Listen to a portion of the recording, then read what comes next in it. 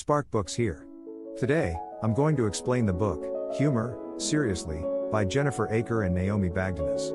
Take care, enjoy the book, and have a nice day. Humor, Seriously, 2021, explores the value of a human-centered approach to business, and of the funny that can be found and created in any environment. It relies on science, psychology, and humorous anecdotes from experts in the field to show how using humor can create a culture of levity, build trust, and unlock creativity. Key idea number 1, learning humor has many benefits.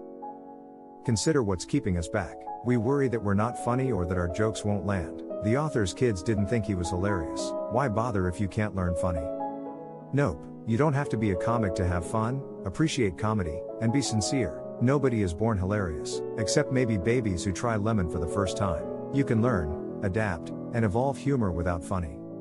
A Gallup survey of 1.4 million people in 166 countries found that we laugh and grin less after 23. Sad because youngsters laugh a lot. After entering the workforce, we tend to lose our sense of play. Professionalism is expected. Why should professional mean super serious? Lack of levity and fun in life and work is causing us to miss so much nice stuff. What's good? Science first. Laughter really is the best medicine. Great. HR approves. True. Laughter improves your health and mood. Laughing releases hormones. Endorphins give us that post-workout high. Dopamine floods us, making us happier. Oxytocin, the love hormone, increases trust. Our cortisol levels drop, making us less stressed. In conclusion, laughing is like exercising, meditating, and having sex. Key idea number 2, comedians fall into 4 categories. Examining current comedy might be helpful. Stand-ups, magnets, sweethearts, and snipers are the 4 sorts of comedians. The expressive, thick-skinned stand-ups can give and take. This may appeal to edgy roast fans and dark humor fans. Magnets brighten things up. The class clown is charismatic and silly. Magnet humor is likely if you chuckle before the punchline. Sweetheart subtle teasing. They want to cheer people up. You're a darling if you analyze the circumstances to locate the perfect, harmless jab. Sniper. Snipers require practice. They're sarcastic and aggressive. Do your one-liners kill? You may have sniper humor. These styles help identify your comic abilities, but they may and should be interchanged based on the situation. Know when to use sniper jokes and when to use lover and magnet moments. It's not about being hilarious. Be genuine and friendly. Don't worry if you can't decide if you're a magnet or stand-up. Workplace comedy can naturally bring these moments out. Key idea number 3, humor is truth. But joke about pain and fury carefully.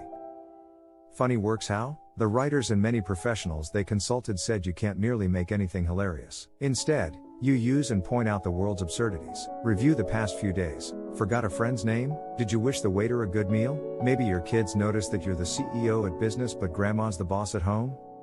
You'll share these real-life moments. Truth fosters mutual recognition, and humor is truth, meaning that if you dig into your own life, your likes, dislikes, ideas, feelings, everything that makes you you, you will allow for moments of shared levity where a colleague can respond, "Hey, I do that, right, me too." Use your emotions to share moments. Avoid rage. Avoid personal attacks. You can avoid that by venting at a hypothetical third party. People will feel what you feel without experiencing it. Pain too. Shared pain can be hilarious, but don't rush into it. Don't let too soon hush the office. Save it for a fantastic story. Look for contrasts between yourself and your life to find the hilarious. Differences are fun. Your team raised $1 million, but Granny prefers Whole Foods double thick cream. Tell your coworkers. It will transform you from the unapproachable big boss to a human with a family, a life outside of work, and a stereotypically demanding mother-in-law. Key idea number 4, exaggeration, specificity, comparisons, and the rule of 3 make jokes funnier.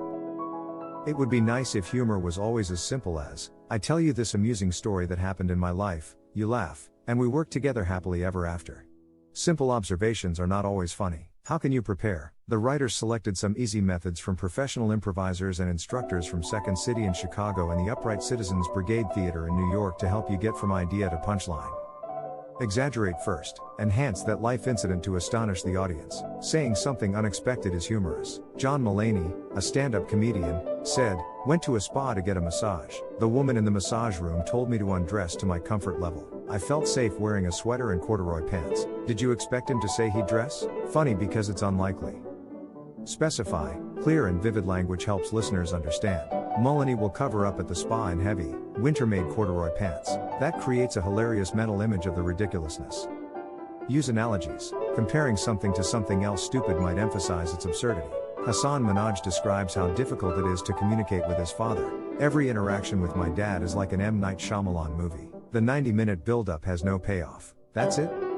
Hasan's dad's chats are long and complex, like Shyamalan's films. Analogies are tricky, therefore a good foundation is essential. You determine your base. Use specificity to explain your feelings and find a universal connection. If most can relate, your analogy works. Finally, use and practice the rule of 3. Simple. Subvert 2 predicted things with a third. Humans seek patterns. We expect C after A and B. A, B. Pineapple surprises and amuses. Amy Schumer, at a Denver show, she told the audience, "I don't know whether you guys know this, but in the past year I've gotten rich, famous, and humble. Would it work without renowned or humble? To make the C element effective, establish the pattern." Key idea number 5. The bad idea brainstorm helps you create funny work stories. Amy Schumer and Hasan Minhaj spend months and years creating, revising, and testing their jokes on audiences. Most of us don't have that type of time, therefore we'll need to be able to produce moments of levity spontaneously while employing comedy in our lives or at work. Knowing your favorite and funniest stories can help. As we know, observe. Find what's funny to others by looking around you. Seth Herzog, a comedian who warms up the Tonight Show with Jimmy Fallon audience, offers some good advice. He proposes asking, "What's humorous right now?" to this group only. That gets a bunch laughing the fastest. Finally, establish safe settings for people to naturally laugh and bond. The bad idea brainstorm instead of a serious roundtable gathering where everyone has to come up with realistic strategy. Tell participants to come up with the most ridiculous ideas. Laughter and new ideas are likely. Humor stimulates creativity and mental gymnastics, which means a humorous meeting will generate more innovative and creative ideas than a boring brainstorming session. Always look for opportunities to have fun and be creative with others, whether strategically or spontaneously. What's proper? Next blink. Key idea number 6. Humor is subjective, so use it wisely. Humor is subjective. Politics, hangriness, upbringing, and more affect our comedy. The new sales guy may not like your mom jokes, but your longtime colleague may. So knowing what to do when these varied thoughts of hilarious occur is crucial.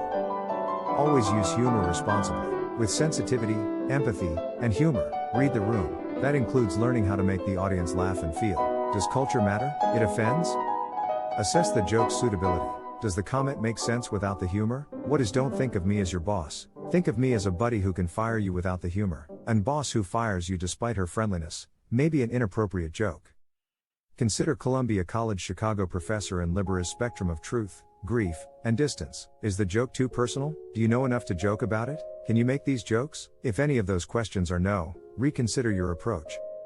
Knowing everyone's reaction is hard. Playing like nothing happened might be tempting when mistakes arise. As intended, error-free, vulnerability is considerably more powerful. Owning up to your mistake shows your colleagues that you recognize your error and encourages them to make mistakes.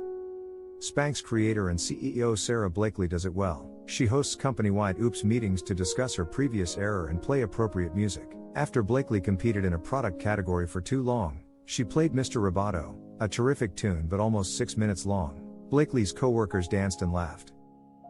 Key idea number 7. Accepting yourself will improve your comedy. Talking like a human usually works. Boardroom or email stiff discourse doesn't allow for connecting. If we write like corporate drones, then pretty soon we'll start acting like them, the authors said. Stop attempting to hide your individuality in person or online. Formalities might hide your personality. Emails can foster genuine connection. If a CEO recently had a child, inquire how mom and baby are doing in your email or discussion. If you and your client are experiencing the same heat wave, end with a joke. A funny sign-off or personal tale also leave an impression. First impressions matter because our brains judge rapidly. If the big boss you're meeting likes dad jokes, embrace it. Your online persona is also crucial. Consider an entertaining bio since you'll be screened on LinkedIn or Twitter before entering HR. Little things make you stand out among thousands of applications. Be witty and fun while highlighting your accomplishments. Example: Steve. Steve was an executive manager and the CEO of ASG Martech, which was amazing. The hiring manager was intrigued by his family's podcast review. Long, boring, and absolutely devoid of substance, according to his wife and daughters. That last line landed him an interview and the job. Why? Because it demonstrated Steve had wit, confidence, and humility in addition to job qualifications. Key idea number 8. Use comedy to improve leadership. Old leaders were rare. Intelligence, courage, morality, and cunning. Shackleton rescued his men by drifting on Antarctic ice. Marco Polo crossed mountains to inspire generations of children to play blindly in their swimming pools. No more. We distrust our leaders after repeated wars, nuclear disasters, financial crises, and more. A 2019 Harvard Business School study indicated that 58% of employees trust strangers more than their boss. They work poorly because they distrust their employers. High trust organizations are growing while leadership trust is declining. Your sense of humor can help you lead, convince, and inspire others. Business humor boosts your influence. This isn't control, it's the ability to shape perceptions and memories. You create the tone, so demonstrate your sense of humor. Play along when others have office fun. It builds trust and support. As a leader, strike a balance between authority and approachability. Self-deprecating humor or goofy, humbling moments help. Humor binds people, lasting longer than unpleasant team-building exercises. Employees demand safety, visibility, and hearing. Unexpected, fun praise might be more successful than official praise since it feels authentic. Leaders know when to retreat. Know your comfort zone. If you don't want to be the center of attention, identify and encourage a charismatic coworker who can create the safe and exciting workplace you want. Workplace humor builds trust and real connections. Look for ordinary humor and play cues. These can help you establish a pleasant, safe workplace where people can communicate, fail, and grow. Use these strategies to create more joy into your life outside of work by tapping into your funny to live a bolder, more real, and loving life with others. To view more content like this, subscribe. Don't forget to like and turn on notifications. The channel really benefits from it. I appreciate you being here.